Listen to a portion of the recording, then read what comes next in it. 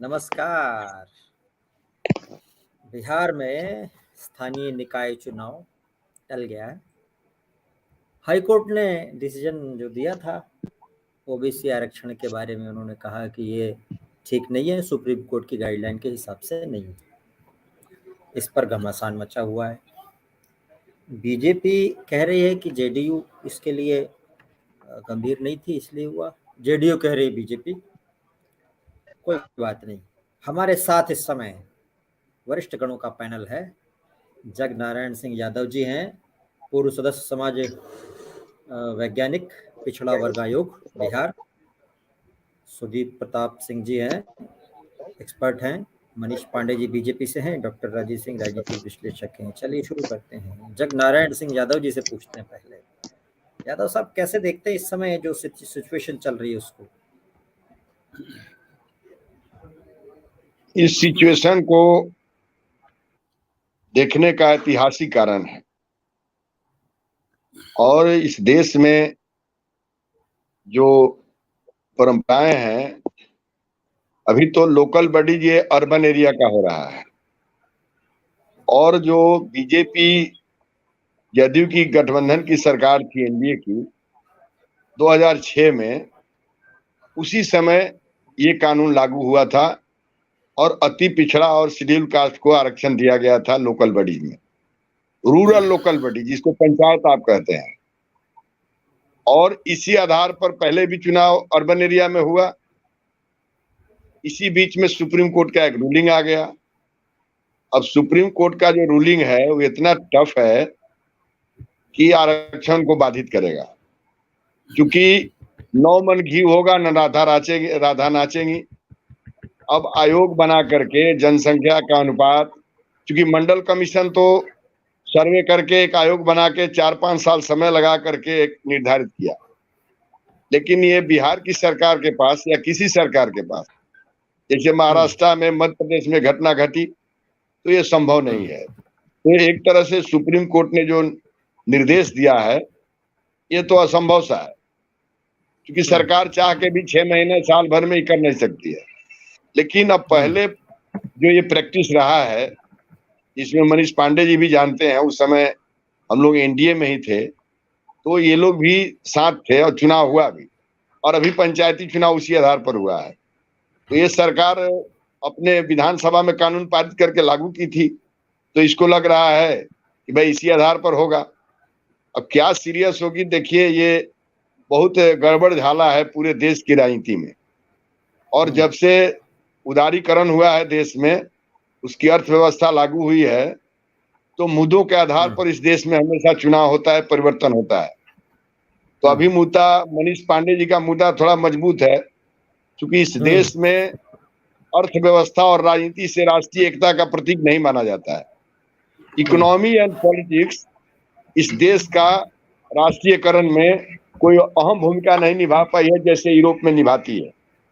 तो इस देश में तो धर्म और संस्कृति, अब धर्म संस्कृति का सवाल है, दक्षिण की संस्कृति और उत्तर की संस्कृति, आर्यों की संस्कृति, द्रविड़ों की संस्कृति, तो ये संस्कृति का घालमेल है।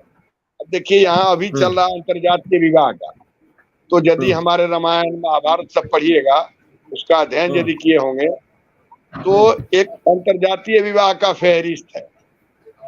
कृष्ण के पिताजी की शादी किससे हुई? असुर परिवार में हुई।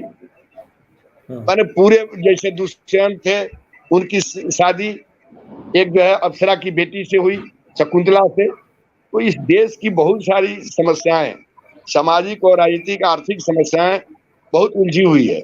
और ऐसी परिस्थिति में सुप्रीम कोर्ट और हाई कोर्ट ही अभी रूलिंग दे करके देश को चला रहा है, क्योंकि नेतृत्व के पास ये ताकत नहीं, आत्मबल नहीं है कि वो लड़ सके। इसलिए अब आरक्षण का तो मामला यहाँ फंस गया।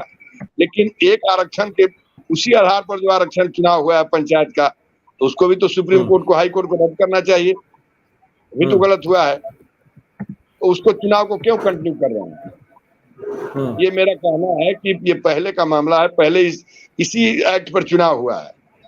तो अभी तो 10 में जो फैसला हुआ था, तो अभी तो हमारा 1 साल पहले लोकल बॉडीज का चुनाव पंचायतों में हुआ, तो हाई कोर्ट सुप्रीम कोर्ट को उसको रद्द करना चाहिए, रोकना चाहिए। ये समस्या है और ये बहुत जटिल समस्या है, इसका समाधान तत्काल नहीं निकल सकता है।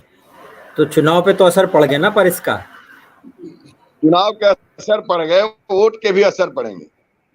आरक्षण तो अब वोट का हथियार हो गया है ना। आरक्षण का कंसेप्ट अलग था, रिजर्वेशन का, लेकिन इसका इतना पोलराइजेशन हुआ कि अब इसका सारा, अब जैसे ये महागठबंधन के लोग कह रहे हैं कि बीजेपी के लोग साजिश कर रहे हैं, बीजेपी के लोगों का कहना है कि ये सीरियस नहीं है, ये इनको धोखा दे रहे हैं अति पिछड़ों को, ये कराना नहीं चाहते हैं उसके कोटे पर। इसमें तो मामला पोलिटिकलाइजेशन हो रहा है, तो पोलिटिसाइजेशन होगा, ये मामला उलझेगा। यदि high court supreme court serious है तो पंचायत में जो चुनाव हुए हैं इसी एक्ट पर, इसी फेयर पर, जो 10 में उनका निर्णय आया है, तो बिहार पंचायत का चुनाव कब हुआ है भाई? 1 साल पहले हुआ है, तो उसको रद्द किया जाए। यदि सुप्रीम कोर्ट इस पर एकदम एडमेंट है तो ये दोनों तरफ से आरोप प्रत्यारोप चलेंगे और इसमें अभी आरक्षण का मामला खास करके अर्बन एरिया में लोकल बॉडीज में लटक गया। अब इसमें किसको दोषी माना जाए, किसको नहीं माना जाए, ये कहना बड़ा बैठे कठिन हैं है। आपके सामने बीजेपी वाले, बैठे हैं आपके सामने मनीष जी, उनसे पूछते हैं, मनीष जी, महागठबंधन आपको दोषी मान रहा है, आपकी वजह से सब गड़बड़ हो रहा है, ये न साजिश करता कह रहा है लोग। अनम्यूट कीजिए, अनम्यूट बटन दबाइए, बटन। हाँ, बटन दब गया। बटन तो अभी भी दबेगा, 2024 में दबेगा और 25 में ये वाला बटन। जी बोलिए। 24 में तो भाई, 24 में आपका बटन मजबूत है, हम समझ रहे हैं। मनीष जी बताइए, आप पे आरोप लग रहे हैं कि बीजेपी की वजह से ये सब हो रहा है, साजिश हो रहा है ये। चलिए, हम तो हर अच्छाइयों के लिए बिहार में जितनी भी अच्छाइयाँ हुई हैं सबके लिए नीतीश जी जिम्मेवार हैं, और जितनी बुराइयां हुई हैं पिछले 17 वर्षों में, इन सब के लिए केवल एकमात्र भाजपा जिम्मेवार है। अब देखिए ना, हाँ बिल्कुल, क्यों नहीं भाई, जेडीयू के लोग अगर, जैसे अभी बाबू नारायण सिंह जी अभी कह रहे थे कि भाई अगर आप, कोर्ट ने गड़बड़ कर दिया, कोर्ट पे आरोप लगा रहे हैं, कोर्ट पे आरोप नहीं लगाना ना। अगर आप चुनौती दीजिए कि 50% से ज्यादा का रिजर्वेशन होना चाहिए, कोटे को बढ़ना चाहिए, तो बात समझ में आती है। अगर आप 25% को स्वीकार करते हैं और उसके अंदर अगर आरक्षण देने की बात हो रही है, तो जरा दूसरे राज्यों का अध्ययन कीजिए ना कि दूसरे राज्यों ने लोकल बॉडी का इलेक्शन कैसे कराया, इसमें क्या समस्या है। जैसे कि अभी आप बता रहे थे कि असंभव सा है, हो ही नहीं सकता है, ये तो कह रहे पंचायत जैसा हो जाएगा, पंचायत जैसा हो सकता है ये भी। नहीं, देखिए पंचायत में भी मुझे वैसे पूरी जानकारी नहीं है, लेकिन न्यायालय के शरण में कोई गया नहीं, ठीक है ना। और यह तो कोर्ट ने जब 2000 अगस्त 2021 में ही ये जो है ये आदेश दे दिया था कि आप एक आयोग का गठन कर लीजिए, गठन करने के बाद मोटा मोटी 100% एक्यूरेसी के साथ नहीं। अब कल मैंने उपेंद्र कुशवाहा जी का मैं प्रेस कॉन्फ्रेंस सुन रहा था, वो ललन सिंह जी का सुन रहा था, वो सीधा किसी भी भाजपा के नेताओं के आरोप का जवाब नहीं दे रहे थे।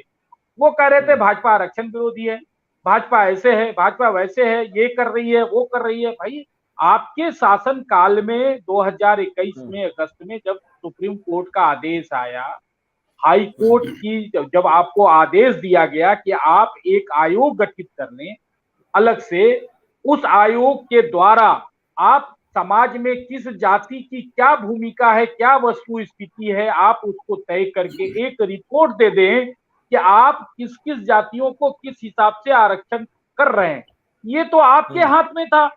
इसमें भाजपा कहां से आती है, केंद्र सरकार कहां से आता है, जातीय जनगणना कहां से आता है, ये तो राज्य सरकार का पूरी मामला था। और आप ये नहीं, हमारे मंत्री, पंचायती राज मंत्री तत्कालीन सम्राट चौधरी ने उसका हवाला दिया है कि उन्होंने चिट्ठी डाल के सचिव को अनुशंसा की इसके लिए, लेकिन हाल के दिनों में सरकार बदली और नीतीश जी इतने जल्दीबाजी में थे कि उन्होंने निर्वाचन आयोग को अनुशंसा भेजा कि यथाशीघ्र यहाँ पर जो है नगर निकाय का चुनाव हो जाना चाहिए।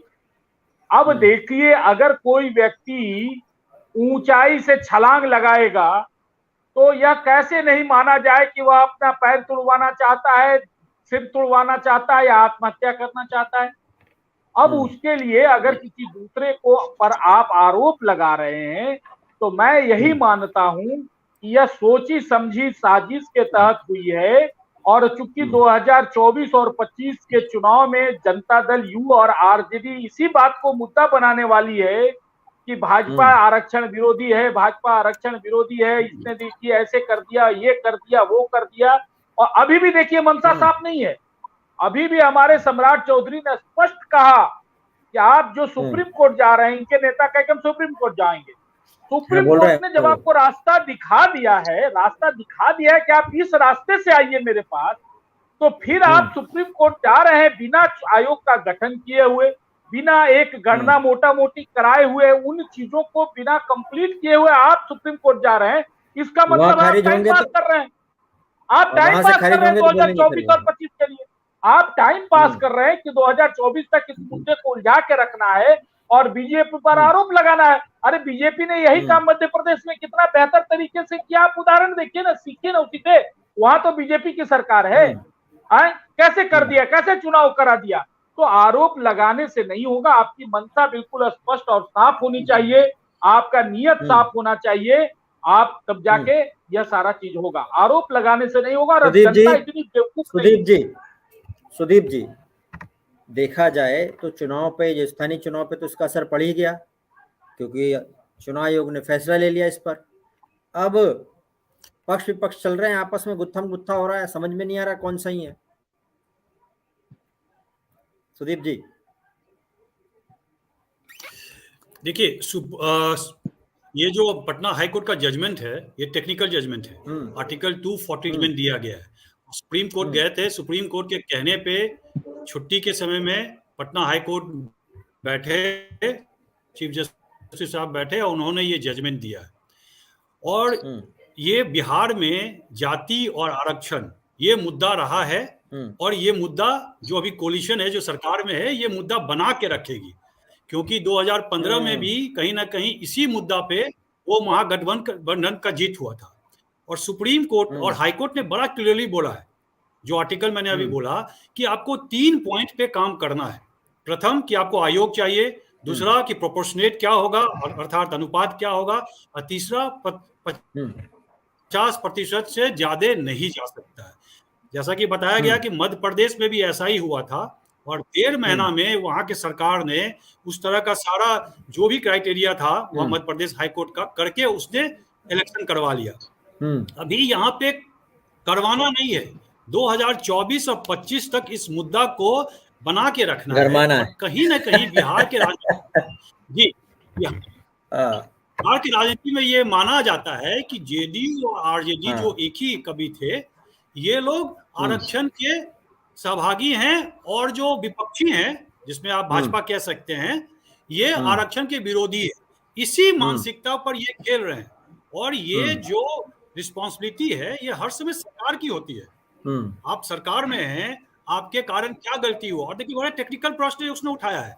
उन्होंने बोला है कि आपने जो रिजर्वेशन दिया है इसमें, वो सर्विस लेवल डेटा के अनुसार दिया है, और सर्विस के लिए जो आप डेटा यूज करते हैं वो डेटा आप लोकल बॉडी में नहीं कर सकते हैं।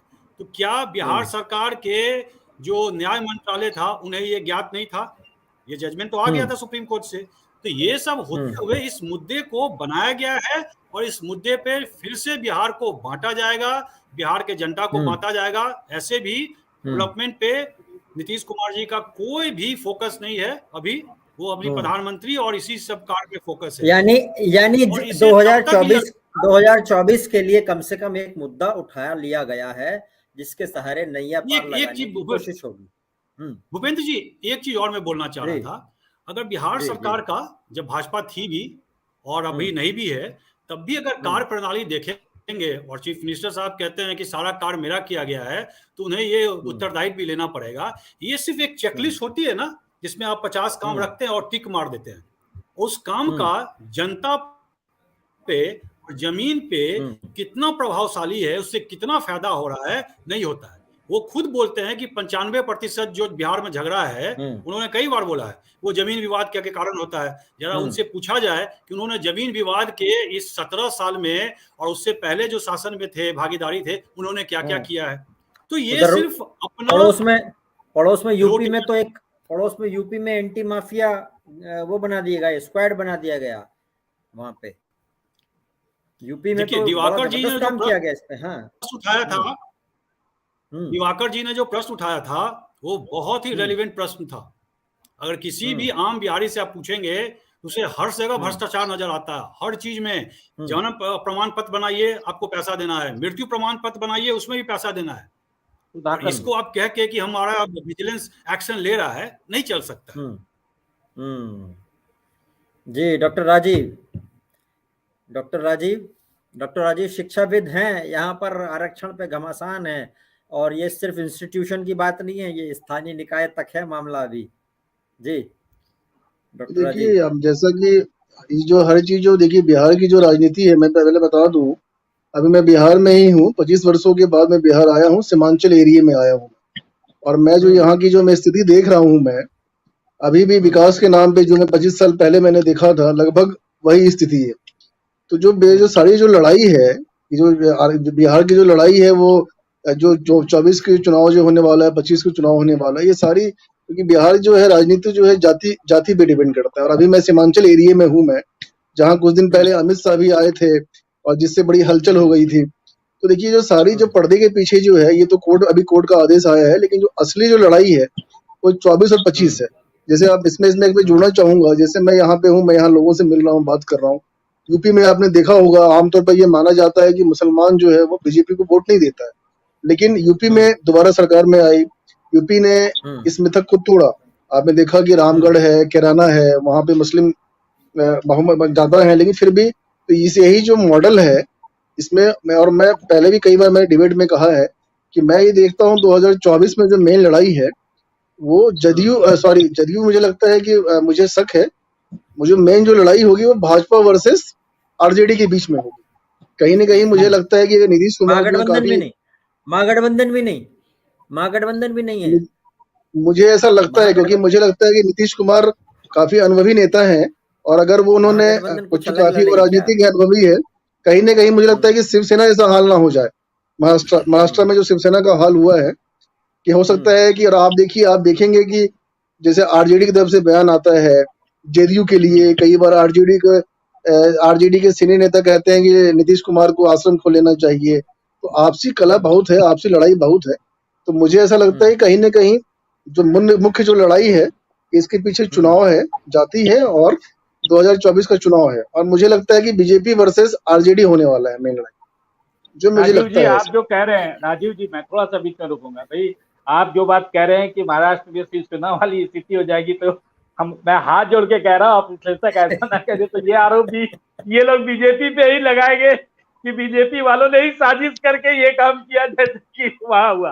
अपनी गलती तो मानेंगे नहीं, आपके लिए तो सारा दोष अच्छा ही हो जाएगा, के ऊपर मरेंगे। नहीं, हमारे लिए तो हर खबर अच्छी है, हमारे लिए तो हर खबर अच्छी है, हमारे लिए तो हर खबर अच्छी है। इसलिए अच्छी है कि हमारे अच्छे दिन चल रहे हैं, हमारे मतलब देश के और जनता के और पार्टी के मजे ले रहे हैं। बाहर है आप, अभी सत्ता से बाहर हैं, और ये अच्छे दिन है आपके। नहीं, मैं तो वही कह रहा हूँ कि मैं तो सत्ता से बाहर हूँ, फिर भी हमारे अच्छे दिन है, इसीलिए कि हमें उम्मीद है कि ये स्थिति जो आई है, अब इसके बाद हमारी अपनी खुद की सरकार बनेगी, जिसमें हम बहुत सारा चीज कर पाएंगे जो हम एनडीए में नहीं कर पाते। और मुझे तो, मैं एक चीज और जोड़ना चाहूंगा भूपेंद्र जी, मुझे तो अब ये शक हो रहा है कि जो नीतीश कुमार ने जो पाला बदला है, ये मुझे लगता है कि नीतीश कुमार ने नहीं बदला, ये बीजेपी कहीं ना कहीं चाह के बदलवाई है, कि कहीं ना कहीं इसका फायदा जो है क्योंकि मुझे इस बात का शक है कि कहीं ना कहीं इसका फायदा 24 में होगा। मनीष जी, आप करो ना करो, आप पे आरोप तो लगना है, आप चाहे हाथ डालो वहां ना डालो, लेकिन आपका हाथ नजर आता है। नहीं, वही बात है कि ना करो तो क्यों नहीं किया, और कर दिया तो क्यों किया, अभी बीजेपी इस दौर से गुजर रही है, इसलिए हमें पता है कि नहीं आए अमित शाह जी तो क्यों नहीं आए, और आ गए तो क्यों आ रहे हैं। तो ये दोनों पे सवाल है। तो हम तो कर रहे हैं जो करना है, जनता के हित में करना है, बिहार के विकास के लिए करना है, कर रहे हैं। और देखिए ये बात बहुत स्पष्ट है कि हमारे नेताओं ने, भारतीय जनता पार्टी ने रिजर्वेशन पे कभी आपत्ति नहीं की। भाजपा अपने मूल सिद्धांतों पर शुरू से कायम रही है। एक बार समीक्षा का बोल दिए थे, एक बार समीक्षा का बोल दिए थे, तब से एकदम गड़बड़ा गया मामला आपका। नहीं, हमने देखिए, यह तो सत्य है ना, यह तो कड़वा सत्य है। वह तो मैं आज भी कहता हूं, यह तो आज भी कहता हूं कि आरक्षण की मलाई कुछ खास गिने चुने लोगों तक ही है। जिसको मिलना चाहिए रिजर्वेशन का फायदा, जो बेचारा जमीन पर है, बिल्कुल जिसको वाकई में मिलना चाहिए, वो ले कहां पाता है। इसलिए कि वो तो, उसकी तो कहीं से कनेक्टिविटी नहीं हो पा रही है रिजर्वेशन से। वो तो इतना नीचे है बेचारा कि ना तो पढ़ रहा है, ना 10वीं पास कर पा रहा है, उस दायरे में नहीं आ पा रहा है ताकि वो उसके कनेक्टिविटी में भी जा सके। लेकिन जो लोग ले चुके हैं 10 बार, 20 बार, 25 बार, वही लोग ले रहे हैं। तो हमारा ये समीक्षा का उद्देश्य बिल्कुल ईमानदार उद्देश्य है। और आपने देखा होगा कि पहली बार पिछड़ा आयोग को संवैधानिक दर्जा देने का काम भी अगर किसी ने किया तो नरेंद्र मोदी जी की सरकार ने ही किया। यह आज तक आजादी से 70 वर्षों में यह काम नहीं हुआ था, लेकिन नरेंद्र मोदी जी ने उसको संवैधानिक दर्जा देने का काम किया। जब भी रिजर्वेशन की बात आई है, चाहे SC ST का हो, चाहे अन्य हम लोग हो, सवर्णों की पार्टी का आरोप लगाने वाली बीजेपी पर, बीजेपी ने कभी भी इस मुद्दे पे किसी भी प्रकार का कोई भी धोखाबाजी, विश्वासघात करने का काम नहीं किया। जो जायज था उसके साथ बीजेपी हमेशा खड़ी रही। भले उसके समर्थक कुछ देर के लिए नाराज हो जाए या उसका कोई उसको नेगेटिव, जैसा कि 2015 में हमको बिल्कुल उसका नुकसान दिया, हर बीजेपी को भुगतना पड़ा, इसमें कहीं कोई दो राय नहीं, जो भी सुदीप जी ने बात की। लेकिन जनता के हित की बात जो है वह बीजेपी शुरू से करती आई है, चाहे वह रिजर्वेशन हो, चाहे और दूसरा चीज। और इस मामले में भी आप उठाकर देखें, हमारे नेता मुखर इसलिए हैं, हमारे पूर्व पंचायती राज मंत्री जगनारायण जी, आपको लग रहा है कि सरकार ने जानबूझकर इसमें कुछ गड़बड़ी करी है ताकि ये मुद्दा गरमाया जाए चुनाव तक, और अभी फिर एकदम से सुप्रीम कोर्ट जाने के कह दिया? अरे भाई, उसमें बाकायदा पहले डेटा आपको इकट्ठा करना पड़ेगा। कोर्ट ने कहा है, डेटा है नहीं, सुप्रीम कोर्ट चले। क्या ये बताइए सोनी जी कि 50% से तो ज्यादा आरक्षण बिहार में लोकल बॉडीज में नहीं है। ये क्लियर होना चाहिए कि 50% से अबव नहीं है, ये मुद्दा नहीं है। मुद्दा ये है कि सुप्रीम कोर्ट जो लिया, तो इस दुनिया के अंदर कोर्ट जो है उसके बारे में भी बहुत सारे व्याख्याएं आई है, न्यायपालिका के बारे में, दुनिया की न्यायपालिका के बारे में, और अमेरिका के न्यायपालिका में भी ये सवाल उठा था। मेरा कहना है कि जो सुप्रीम कोर्ट जब मंडल कमीशन लागू हुआ था तो फैसला दिया कि 50% से आरक्षण ज्यादा नहीं होगा रिजर्वेशन। तो 10% जो कुछ जगहों पर खेलने की कोशिश हुई है, लेकिन कुछ राज्यों में EWS को दिया गया आरक्षण 10%, वो 50 से बाहर है। तो सुप्रीम कोर्ट ने इस पर कोई संज्ञान लिया नहीं। सवाल है कि जो सत्ता है वो वर्गाधिपति की कार्य समिति होती है, कि जो सरकार है दुनिया के अंदर, देश के अंदर, वो वर्गाधिपति की कार्य समिति है। जिस वर्ग का, जिसके पास रिमोट है वो टीवी का चैनल लगाए। पांडे जी बोलिएगा। तो मेरा कहना है कि इस देश में कोई दुनिया की सरकार या राज्य या स्टेट, वो वर्गाधिपति की कार्य समिति है। State is an executive of ruling class. तो जिसका सत्ता पर कब्जा है, जैसे संदीप जी बोल रहे हैं, ये देश में दो सवाल चल रहा है, और ये 90 के बाद से 77 से शुरू हुआ। और इसमें ये जो आरक्षण और गैर आरक्षण, बीजेपी के पास प्लस पॉइंट अभी है कुछ, इसके चलते उनका चल रहा है। और ये जो महागठबंधन के लोग हैं या जो देश में विपक्ष के लोग हैं, ये लोग तो परिवार में फंस के मर रहे हैं, इसके चलते परेशानी हो रही। बात समझ रहे हैं? तो इनको अपनी बुराइयों को भी दूर करना चाहिए। इन बुराइयों से ही ये परेशान है। तो हमारा कहना है कि ये सवाल नहीं है कि आरक्षण 50 से ज्यादा हो रहा है। इस देश में सुदीप जी बैठे हुए 50% से ज्यादा आरक्षण कैसे हुआ? एक एग्जीक्यूटिव ऑर्डर से कोई आयोग बना था क्या ईडब्ल्यूएस को देने के लिए? कोई आयोग नहीं बना था। तो सुप्रीम कोर्ट ने तो कोई नहीं लिया, इस पर लोग रीट भी किए हो सुप्रीम कोर्ट में। तो आप जो सुदीप जी बोल रहे हैं, ये बताए कि 10% ईडब्ल्यूएस को किस आधार पर दिया गया? संविधान में आर्टिकल 16 में लिखा हुआ है कि socially and educationally and economically इसको आरक्षण दिया जाएगा। तो आपने इकोनॉमिकली को बेस बना करके आप दे दिया 10%। तो सवाल है कि न्यायपालिका, व्यवस्थापिका, कार्यपालिका, इसमें जिसका वर्चस्व है, जिसका अधिपत्य होता है, उसका चलता है, चाहे जिसका हो, हमारा हो चाहे आपका हो। इसीलिए पूरा दुनिया के विचारकों ने कहा कि state is an executive of ruling class. तो शासक वर्ग का ही रहता है। दूसरी चीज कि इंफ्रास्ट्रक्चर एक शब्द है, इसका नाम एक शब्द है स्ट्रक्चरल पावर। जिसका स्ट्रक्चरल पावर नहीं रहता है सोसाइटी में, उसका हिस्सेदारी राज्य में नहीं मिलता है। अब जैसे सुन लीजिए, एक उदाहरण है, मुसहर की आबादी बिहार में भूमिहार की आबादी से थोड़ा सा भी कम नहीं, लेकिन मुसहर का कितना रिप्रेजेंटेशन पार्लियामेंट असेंबली में होता है? तो स्ट्रक्चरल पावर जिसके पास रहता है, स्ट्रक्चरल पावर जिसके पास है, उसका राज्य पर वर्चस्व रहता है, उसका ज्यादा हिस्सा मिलता है। ये दुनिया का नियम है। अब स्ट्रक्चरल पावर बदलने के लिए डॉक्टर राम मनोहर लोहिया ने आंदोलन चलाया और उस आंदोलन एक ऊंचाई पर गया, लेकिन अब आंदोलन में बिखराव हुआ, इसका परिणाम है ये सारी चीजें देखने को मिल रही है। डॉक्टर लोहिया ने कोई वो पिछड़ी जात के नहीं थे, जयप्रकाश कोई पिछड़ी जात के नहीं थे, नमुद्रीपाद कोई पिछड़ी जात के नहीं थे, अछूत गठबंधन कोई पिछड़ी जात के नहीं थे, मीनू मसानी कोई बैकवर्ड कमीशन के नहीं थे। तो पिछड़े लोगों ने नहीं, बल्कि विचार के आधार पर इस सोशल जस्टिस के कंसेप्ट को, इस रिजर्वेशन को समाज में लाया गया था। और इसका एक मकसद था कि समाज में जो विषमता है, इसका असर क्या होगा अभी स्थानीय निकाय चुनाव वाला मामला, स्थानीय निकाय चुनाव वाले मामले में अब क्या हो सकता है? सरकार अभी तो लंबा खींच सकता है मामला, फिर सुप्रीम कोर्ट में लंबा खींच जाएगा मामला। स्थानीय चुनाव निकाय में दोनों पक्ष यही जो सुदीप जी बोल रहे हैं वही हो रहा है। सच्चाई यही है कि ये लोग अपना मुद्दा बनाना चाह रहे हैं और बीजेपी के लोग अपना मुद्दा बना रहे हैं। आप बना रहे हैं कि निकम्मी सरकार है, कुछ काम नहीं किया, ये बोले कि रोकना चाहते हैं। इसमें बताइए हम क्या जजमेंट दे सकते? What is our judgement? क्योंकि मुद्दा आगे के लिए पूरा मैं बोल रहा हूँ, हम इसमें जजमेंट नहीं कर सकते हैं, क्योंकि पांडे जी आंख बंद करके बात कर रहे हैं।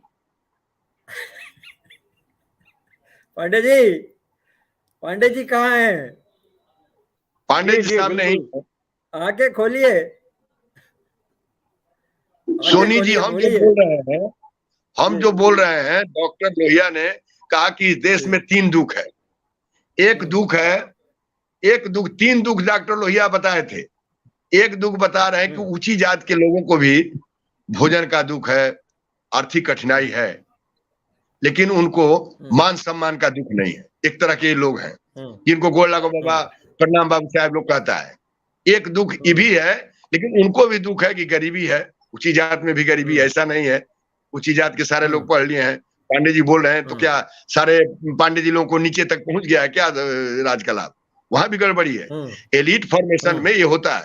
दूसरी चीज उन्होंने कहा कि एक ऐसा दुख है कि जिसको भोजन का कष्ट नहीं है, लेकिन उसको मान सम्मान का कष्ट है, उसको रार रिहाड़ और सहरसा में सोलकन ओलकन कह के उसको अपमानित किया जाता है। एक तीसरा सोसाइटी है इस देश में जिसको दोनों दुख है, जिसको शेड्यूल कास्ट या मान लीजिए अनुसूचित जाति के रूप में आइडेंटिफाई किया देश ने, तो उनको है कि भोजनों ठीक नहीं मिलता है, अब मान सम्मान तो ओबीसी का लोग भी उनको मारते हैं और ऊपर वाले भी मारते हैं।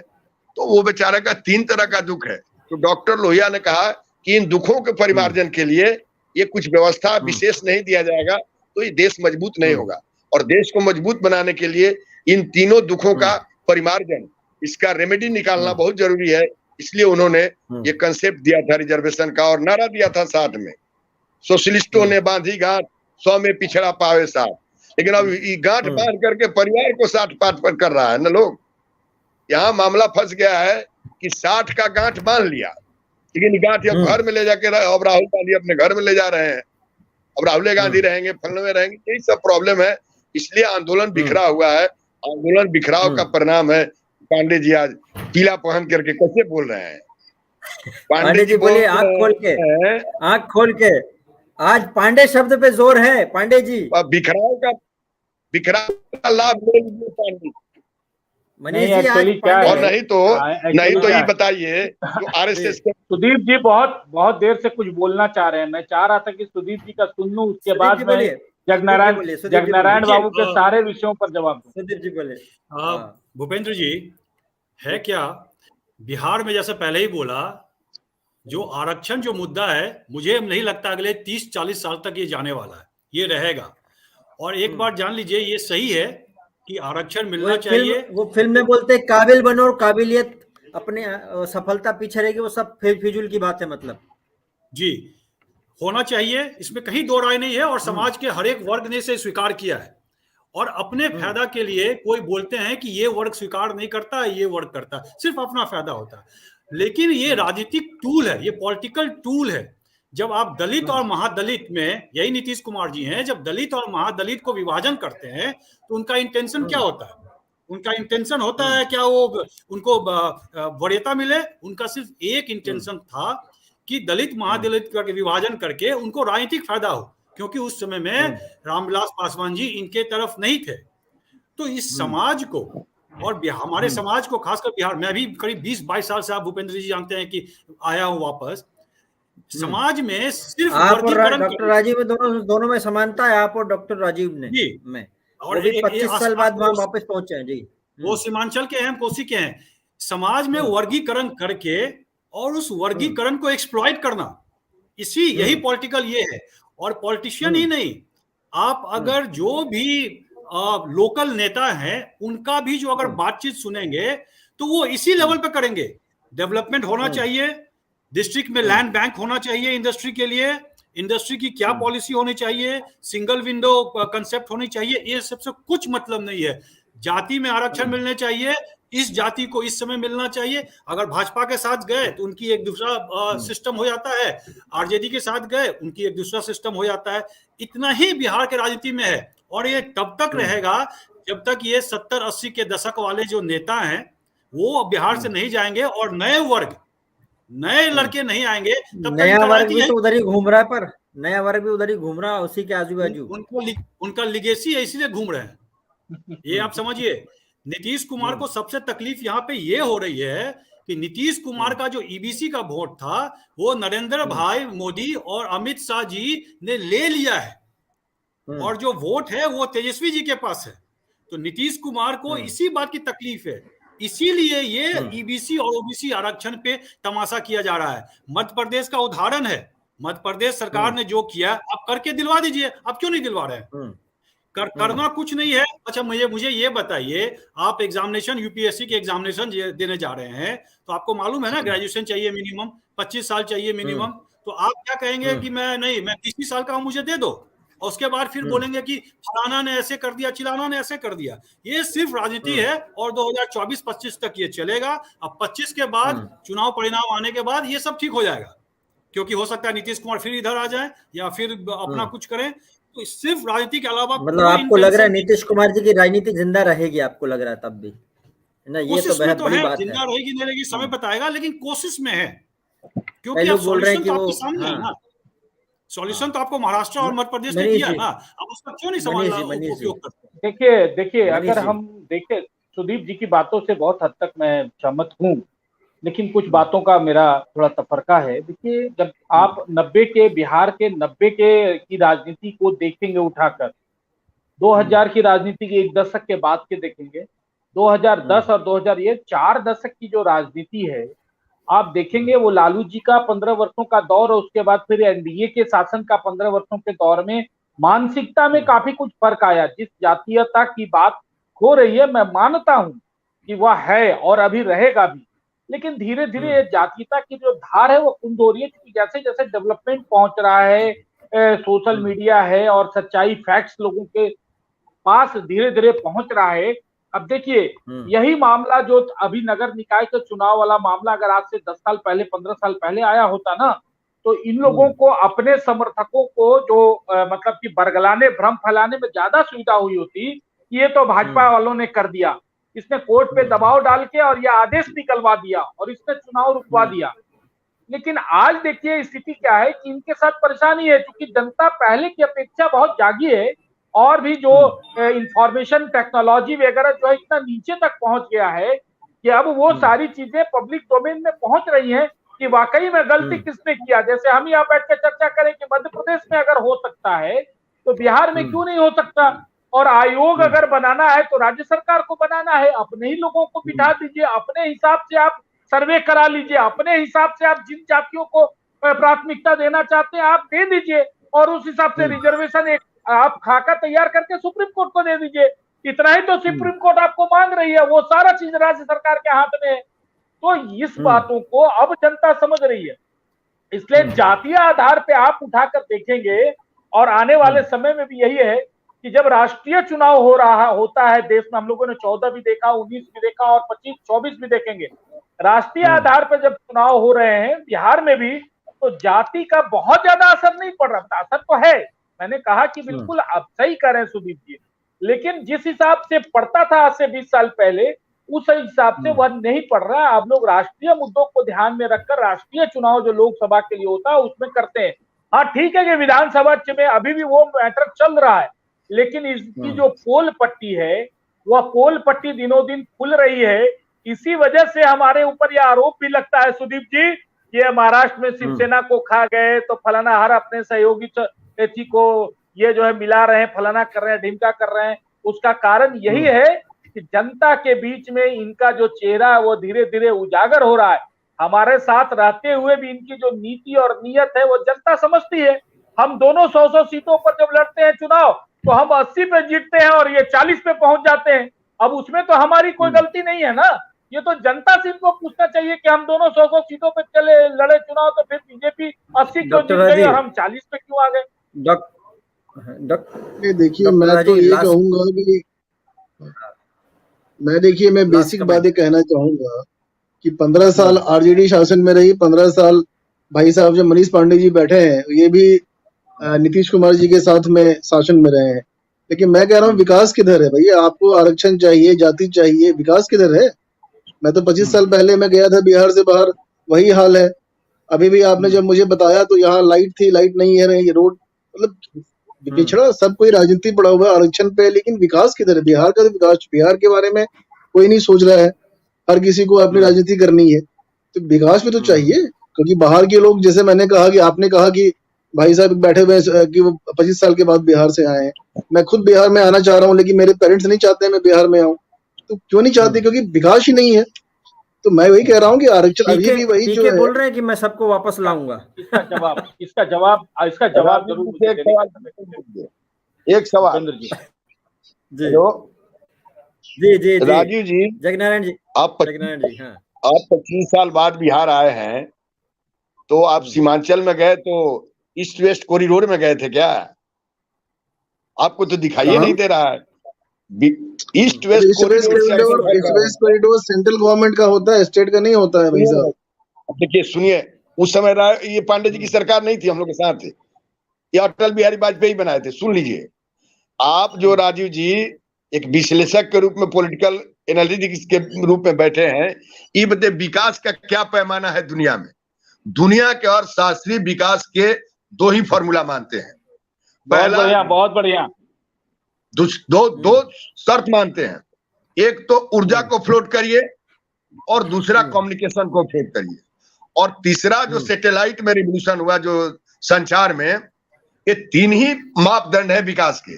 ये 3 चीज जहां उपलब्ध हो जाएगा, और ये सुदीप जी बोल रहे हैं। जी मैं आपकी बात से मैं सहमत हूँ। एक मिनट बोलना चाहूंगा। आदमी का हाथ पकड़ के विकास कराया जाता है कि ये देखिए रसगुल्ला है, ये मालपुआ है, खाइए। भाई सरकार, पांडे जी सुनिए, पांडे जी नहीं समझ रहे हैं। पांडे जी के साथ में सरकार थी तो विकास हुआ है, और विकास इंफ्रास्ट्रक्चर में हुआ, विकास एनर्जी के क्षेत्र में हुआ, विकास स्कूल, हमारे पास 300 आदमी जहां रहता है उसके लिए प्राइमरी स्कूल हमने दिया, सारे को बिल्डिंग दिया, और हमारे पास 3100 स्कूल था, 3100 हाई स्कूल था, और 25 साल में आए तो कोई डेटा वोटा देखे नहीं है, तो 3000 हाई स्कूल था और 16000 हाई स्कूल हमको जरूरत है। अभी हमारे पास 6000 8000 हाई स्कूल है, और हम लोगों के पास 3700 किलोमीटर सड़क थी, एनएच की। नहीं, मैं आपकी बात, मैं एक बात कहना चाहूंगा, तो आपको विकास दिखाई नहीं दे रहा, तो हम लोग क्या कर सकते हैं?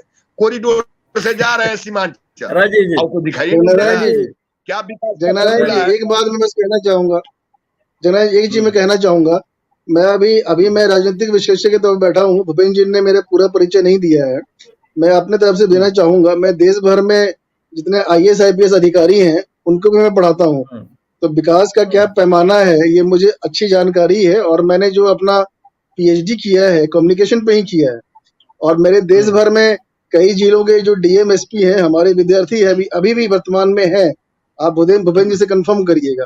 तो विकास क्या है वो मैंने देखा है, मैं आकलन कर रहा हूँ, उसी के आधार पे मैं कह रहा हूँ। एक सेकंड पांडे जी, ये बताइए, आप IAS IPS को पढ़ाते हैं, अच्छी बात है, आपको लेकिन जानना चाहिए कि देश में इंटेलेक्चुअल का 2 कैटेगरी है, एक ऑर्गेनिक और इनऑर्गेनिक।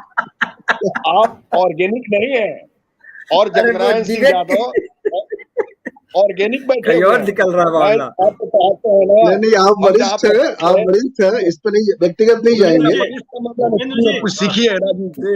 हमारा कहना है कि मैं जवाहरलाल नेहरू यूनिवर्सिटी करने के बाद हम तमाम लोगों को समझा रहे हैं, पढ़ा रहे हैं। आप IAS को पढ़ा रहे हैं, तो IAS ज्यादा ईमानदार है कि गांव का आदमी ज्यादा ईमानदार? जगनारायण बाबू जरा सा 1 मिनट हमको समय दे दीजिए। अब विषय पे आइए, विषय पे। हाँ, मैं विषय पे आ रहा हूँ। हम बिहार की बात करेंगे, व्यक्तिगत बात नहीं करेंगे, बिहार की बात करेंगे। राजीव जी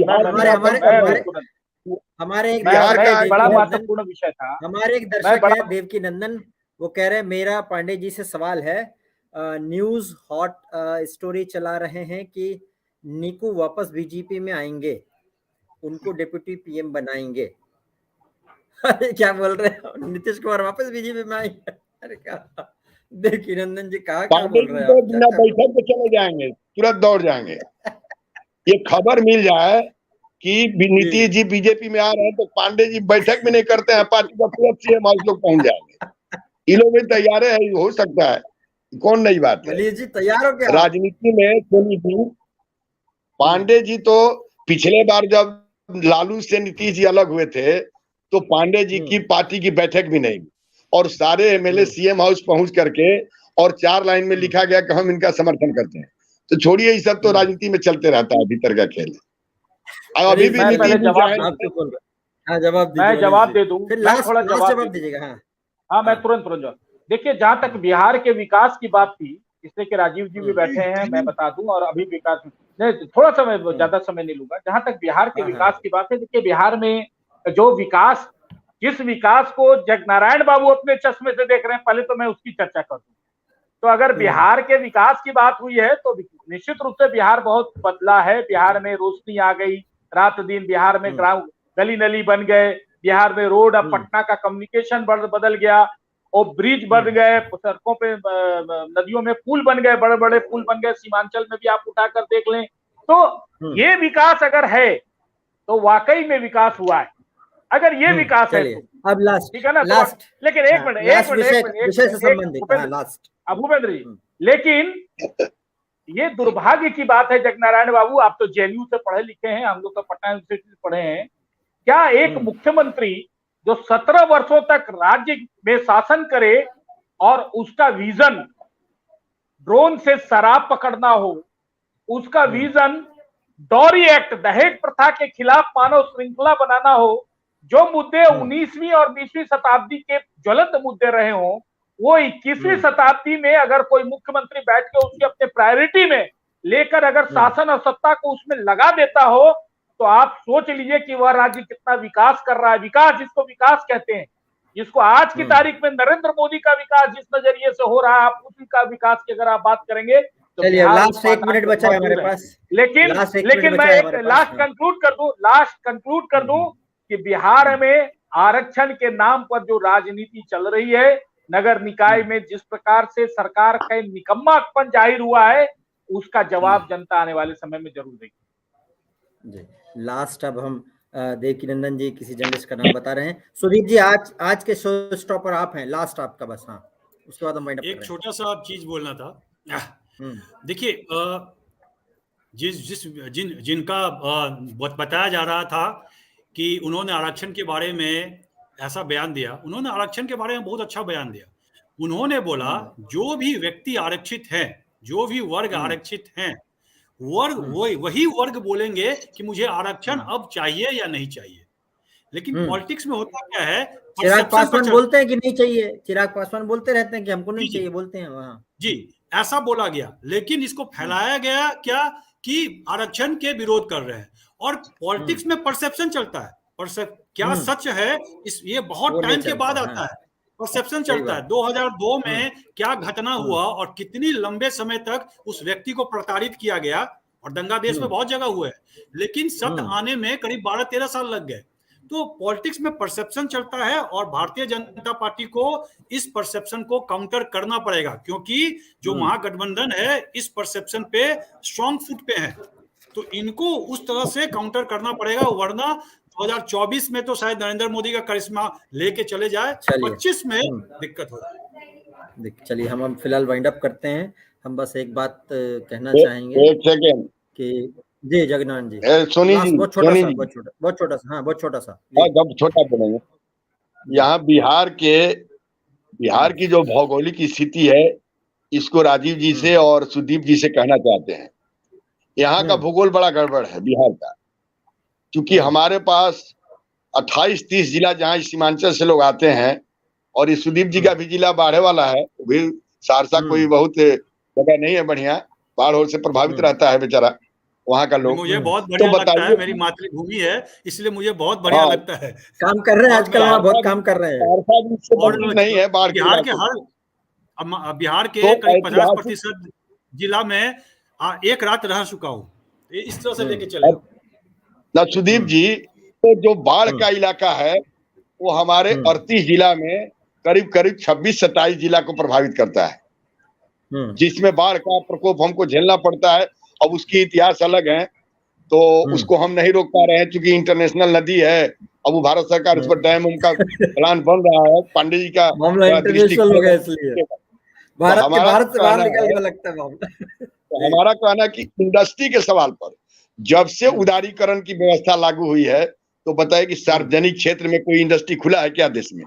एक भी नहीं खुला। सरकार और बिहार ये कहती है, जगनाथ जी, सरकार ये कहती है कि बिजनेस करना हमारा काम नहीं, business is not our business, ये सरकार का कहना है। अरे बिहार में तो इतना अच्छा उद्योग का माहौल बना, नीतीश जी सरकार बदल के चले गए दूसरी तरफ, दूसरे उद्योग को उन्होंने अपना लिया। आप बात कर रहे हैं इससे बेहतर उद्योग का माहौल कभी होता क्या बिहार में? आपने जो 56 जो सिंगल विंडो में गुजरात में जो दिया है, सेज बनाया है, की बात कीजिए ना, कहाँ आप गुजरात और महाराष्ट्र जा रहे हैं? बिहार में रहिए, बिहार में रहिए।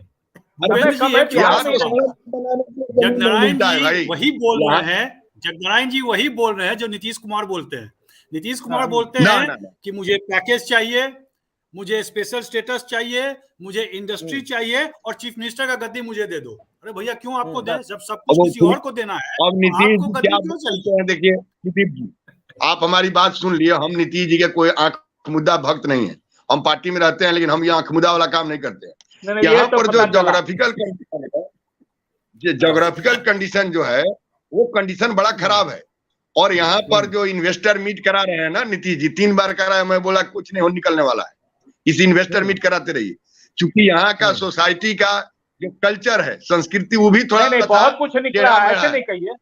नहीं, 3 बार इन्वेस्टर मीट हुआ, बहुत कुछ निकला बिहार में। कई लोग आए, इथेनॉल वाला प्लांट पूरा कंप्लीट हो गया, ऐसा नहीं है। कई लोगों का, पूजा वाले ने और रूपा वाले ने, कई लोगों इन्वेस्टमेंट की बात आई है। बहुत बड़ा नसीब तो उनको जानता हूँ। हम वाइंड अप करते हैं, हम 50 होने वाला जगनारायण बाबू, लास्ट इस पे हम विकास पे रखेंगे, एक मुद्दा रखेंगे, डिबेट करेंगे। हमारा कहना है कि पांडे जी, इस देश में पॉलिटिकल पार्टी क्यों बनाई जाती है? पहला एक सवाल मेरा है, इसका एक लाइन में व्यवस्था देने के लिए, बिजनेस करने के लिए नहीं, व्यवस्था देने के लिए, बिजनेस करने के लिए नहीं। ना सुनिए ना, पॉलिटिकल पार्टी क्यों बनाई जाती है दुनिया में, ये कंसेप्ट यूरोप का है। ये party form for the serve the interest of a particular group. Rajiv ये जी जवाब पॉलिटिक्स में पार्टी, अब किसी पार्टी का निर्माण एक सेकंड हम पार्टी फॉर्म, एक सेकंड सुन लीजिए जरा। पार्टी किसी खास हित समूह की रक्षा के लिए बनाई जाती है, ये दुनिया का नियम है। तो नीतीश कुमार, लालू यादव या ये मोदी जी या भारतीय जनता पार्टी जो पार्टी बनाई है, वो खास हित समूह की रक्षा करेगी। और देखिए, जब विकास हो रहा है, आधुनिकीकरण हो रहा है, ऑर्गेनाइजेशन बढ़ रहा है, तो जाति का मुद्दा कमजोर होगा और धर्म का मुद्दा मजबूत होगा। आप अपार्टमेंट में जाइएगा पटना में, तो किसी अपार्टमेंट में 50 को आदमी है, उसमें 40 को भूमिहार नहीं मिलेगा, 10 को 25 को ब्राह्मण नहीं मिलेगा। लेकिन गांव में ये चमार का मुहल्ला है, ये ग्वार का मुहल्ला है, ये बाबू साहब का मुहल्ला है। तो आधुनिकीकरण का ही परिणाम है कि जाति कमजोर हो रहा है, ये मुद्दा कमजोर होगा, अच्छी बात है, आने वाले दिनों में और कमजोर होगा। मैं कोई आंख करके बात नहीं कर रहा, विकास और ये मायने रखता है बस। अब कभी इस पर चर्चा होगी तो हम चर्चा करेंगे, बिल्कुल चर्चा करते हैं। हम लोग फिलहाल वाइंड अप करते हैं, बस ये कहेंगे कि देखिए आरक्षण के मामले में विकास होगा तो सब लोग जुड़ रहे हैं ना, एक दूसरे से जुड़ रहे हैं। हाँ, लेकिन बिहार का दुर्भाग्य है इसलिए कि जाति यहाँ इसलिए मजबूत है कि देश में 31% अर्बन एरिया है, 46% महाराष्ट्र में, और बिहार में जानते हैं कितना अर्बनाइजेशन है? 13%, 11%। काहे नहीं जात रहेगा? अर्बनाइजेशन जब तेजी से बढ़ेगा तो जात कमजोर होगा। पांडे जी का भी नहीं चलेगा, यादव जी का भी नहीं चलेगा, गरीबों का चलेगा। इसको तो हम लोगों को पॉजिटिव लेना चाहिए ना। यहाँ खेती योग्य भूमि है, ग्रामीण क्षेत्र है, तो प्रोडक्टिविटी ज्यादा होगी। इसको तो पॉजिटिव अप्रोच में लेना चाहिए। लेकिन जब सत्ता के लोग सिर्फ जाति को ही आधार बनाएंगे तो क्या होगा? डेवलप तो वही होगा। अभी हम लोग फिलहाल वाइंड अप करते हैं, इसको हम इसी सरकार में चर्चा को जारी रखेंगे। दिया गया है, बहुत कुछ मिला है। नीतीश कुमार के निगेटिव पक्ष भी है, लेकिन पॉजिटिव भी है, ऐसा नहीं। पॉजिटिव भी है, बीजेपी के बगैर नहीं है, बीजेपी के बगैर एक जरा भी पॉजिटिव नहीं है, एक स्टेप, एक कदम पॉजिटिव नहीं है नीतीश कुमार का। नीतीश कुमार अगर बीजेपी में नहीं आते तो लालू यादव के आक्रोश में कब तक समाप्त हो गए रहते। जुदा हो के भी तो मुझे कई बात सुनिए ना, आप बुजुर्ग व्यक्ति हैं, जगनारायण बाबू, आप बुजुर्ग व्यक्ति हैं, हमको एक ऐसे पॉलिटिशियन का नाम बता दीजिए जो 90 के बाद लालू यादव के विरोध गया हो, 90 के बाद लालू यादव के विरोध गया हो और भाजपा के साथ नहीं मिला हो और बिहार की राजनीति में सर्वाइव कर गया हो। एक नाम बता दीजिए हमको, एक नाम मत। आप बहुत सीनियर पॉलिटिशियन, एक नाम बताइए। भाजपा में चला गया है, फिर समर्थन क्या बोल रहे हैं कि लालू के विरोध में जाके भाजपा के साथ ना आया हो और पॉलिटिक्स में सर्वाइव कर गया हो? एक नाम बताइए। अरे भाई, जायसवाल जी आपके जो अध्यक्ष आरजेडी के साथ थे, चले गए फिर वही बात इधर उधर। मैं कह रहा हूँ जो भाजपा के साथ नहीं आया हो, जो भाजपा के साथ नहीं आया हो और बिहार की पॉलिटिक्स में सर्वाइव कर गया हो। जी सुदीप जी, हाँ ठीक है, आते एक नाम बताइए, एक नाम। बहुत सा देखिए, बहुत सा ये सब का कोई हम गारंटी नहीं ले सकता कौन कहाँ आएगा जाएगा, इस सब का अलग मामला है। आते जाते रहता है, लोग इसमें चलते रहता है। फिलहाल वाइंड अप बीजेपी के साथ नहीं रहते तो आज कहीं दिखते भी नहीं, दोबारा मिलेंगे ना, उनका नाम कोई नहीं जानता। दोबारा मिलेंगे ना। ठीक है, हम नहीं कह रहे हैं इस बात का, लेकिन एक बात पांडे जी जान लीजिए कि ये बिखराव समाजवादी आंदोलन के चिंतन में कमी और बिखराव का परिणाम है कि आप जो है बहुत ऊंची आवाज में बोल रहे हैं। क्योंकि हमारे नेता पहले जो पुरखे थे वो बहुत लड़े थे, और भाई ये सब अब दूसरे दुनिया में चला गया है तो क्या करिएगा। इसलिए आपका चल रहा है, हम इस बात को मान रहे हैं। जगनारायण जी, हम लोग समाजवाद परिवारवाद में जब बदल जाता है तो यही होता है। दोबारा बैठेंगे मनीष जी, दोबारा बैठेंगे। बाबू जगनारायण बाबू को बुला लेंगे हम, बहुत अच्छा बोलते हैं। सुदीप जी धन्यवाद, मनीष जी धन्यवाद, और हमारे साथ राजीव जी थे, वो चले गए पहले, बहुत धन्यवाद। देवकी नंदन जी आप हमारे साथ जुड़े, धन्यवाद। अभी फिलहाल हम वाइंड अप करते हैं। इसमें समझाइए पीएचडी किया है, पता नहीं कौन कम्युनिकेशन से किए हैं, कहाँ से जेएनयू वाले क्या राजीव। चलिए मैं बोलता हूँ, ठीक है, फिलहाल जी जरूर फिलहाल वाइंड अप करते हैं। इसमें अपडेट है, अपडेट लेके फिर हम आएंगे हाजिर दोबारा। नमस्कार।